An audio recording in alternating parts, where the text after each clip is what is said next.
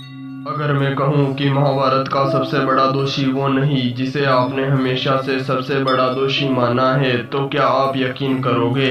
आप लोगों को ये लगता है कि महाभारत का असली दोषी दुर्योधन था, या फिर वो जिसे हम भगवान कहते हैं, स्वयं श्री कृष्ण। अगर मैं आपसे ये कहूँ कि ये दोनों ही दोषी थे और दोनों ही निर्दोष, तो क्या आप यकीन करोगे? क्योंकि इस कहानी को सुनने के बाद महाभारत के लिए आपका ज्ञान हमेशा के लिए बदलने वाला है। महाभारत एक ऐसा युद्ध जिसने केवल हस्तिनापुर को नहीं बल्कि पूरी पृथ्वी को हिला दिया। लाखों सैनिकों की लाशें, रिश्तों का खून और धर्म अधर्म की सीमाओं को धुंधला कर देने वाली राजनीति। लेकिन एक सवाल आज भी समय के साथ उसकी धूल में दफन है। क्या सच में दुर्योधन इस युद्ध का असली दोषी था, या फिर वो जिसे हम भगवान कहते हैं, स्वयं श्री कृष्ण? क्या उनकी भूमिका इतनी पवित्र थी जितनी हमें दिखाई जाती है? महाभारत की कहानी हमेशा दुर्योधन को लालची और स्वयं के पक्ष में बोलने वाला दिखाती है। कौरवों और पांडवों की दुश्मनी बचपन से ही थी, लेकिन दुर्योधन का अपराध क्या था?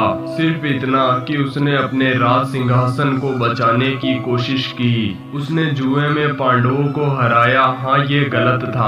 द्रौपदी का अपमान हुआ, हाँ ये भी निंदनीय था। लेकिन क्या इतना पर्याप्त था एक ऐसे युद्ध के लिए जिसमें समस्त आर्यवर्त की शक्ति समाप्त हो गई?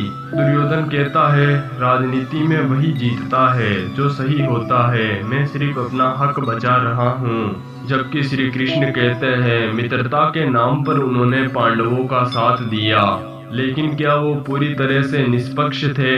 कृष्ण ने युद्ध से पहले शांति का संदेश दिया, लेकिन क्या आपको पता है, अगर वो चाहते तो दुर्योधन से गुप्त समझौता करके इस युद्ध को टाल सकते थे, लेकिन उन्होंने ऐसा नहीं किया। क्यों? क्योंकि कृष्ण जानते थे यह युद्ध होना चाहिए, क्योंकि ये केवल सिंहासन की लड़ाई नहीं थी, ये एक युग का अंत और दूसरे युग का आरंभ था। लेकिन अगर युद्ध को टाला जा सकता था तो श्री कृष्ण ने युद्ध का रास्ता क्यों चुना? इतिहास हमें ये बताता है कि श्री कृष्ण ने पांडवों को बार बार उकसाया, भीष्म को मारने का उपाय, द्रोण की मृत्यु की रणनीति, कर्ण के कवच कुंडल छीनना, ये केवल क्या धर्म की रक्षा के लिए था, या फिर श्री कृष्ण ही इस युद्ध के छिपे हुए शिल्पकार थे? और यही एक असली सवाल है।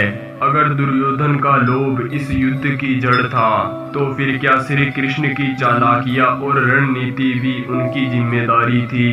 क्योंकि अगर युद्ध का खेल बिछाया गया तो दोनों ही खिलाड़ी इसके मोहरे थे।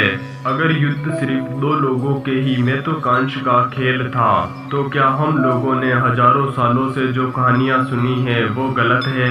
दुर्योधन का लोभ और श्री कृष्ण की रणनीतियां दोनों ने महायुद्ध की आग को हवा दी। एक अपने सिंहासन के लिए लड़ रहा था तो दूसरा धर्म के नाम पे राजनीति का खेल खेल रहा था। लेकिन इस कहानी का जो असली मोड़ है वो अभी बाकी है। अगर हम इस पूरी स्टोरी को ध्यान से सुने तो हम पाएंगे कि श्री कृष्ण और दुर्योधन ही एक बड़े खेल के मोहरे थे, और इस खेल को समय खेल रहा था। महाभारत का युद्ध सिर्फ राजनीति के लिए नहीं था, बल्कि ये समय परिवर्तन का दौर था, द्वापर का अंत और कलयुग का आरंभ। दुर्योधन ने ईर्ष्या को अपनी आंख पर पर्दा बनने दिया। उसने कभी भी पांडवों के साथ समझौता करने की कोशिश नहीं की। उसका अपमानजनक व्यवहार और द्रौपदी का चीरहरण जैसी घटनाएं इतिहास में उसे एक खलनायक के रूप में स्थापित कर गई। अगर वो थोड़ी दूरदृष्टिता दिखाता तो शायद ये युद्ध टल सकता था, लेकिन कृष्ण की रणनीतियों ने न केवल युद्ध को संभव बनाया बल्कि सुनिश्चित किया। उन्होंने पांडवों को समझाया कि ये केवल उनका अधिकार नहीं बल्कि धर्म की रक्षा का अधिकार है। उन्होंने युद्ध के नियम तोड़े, भीष्म के वध के समय अर्जुन को संकेत दिया, द्रोण को मारने के लिए अश्वत्थामा के नाम का छल करना और अंगराज कर्ण को निहत्था करके मारना। ये सब धर्म युद्ध के लिए था, लेकिन इसमें साधनों की परिवर्तन कहाँ रह गई? तो क्या हम ये कह सकते हैं कि महाभारत का असली दोषी दुर्योधन था या श्री कृष्ण? हाँ, ये सच है कि दोनों ही दोषी थे और दोनों निर्दोष भी, क्योंकि वो दोनों अपने अपने दृष्टिकोण से सही थे। दुर्योधन के लिए सत्ता का हक था और कृष्ण के लिए अधर्म का अंत था। लेकिन अगर कोई असली दोषी था तो वो मानव के लालच और अहंकार है। ये वही भावनाएं हैं जिसने भाइयों को दुश्मन बना दिया और पूरे आर्यव्रत को लाशों का मैदान बना दिया।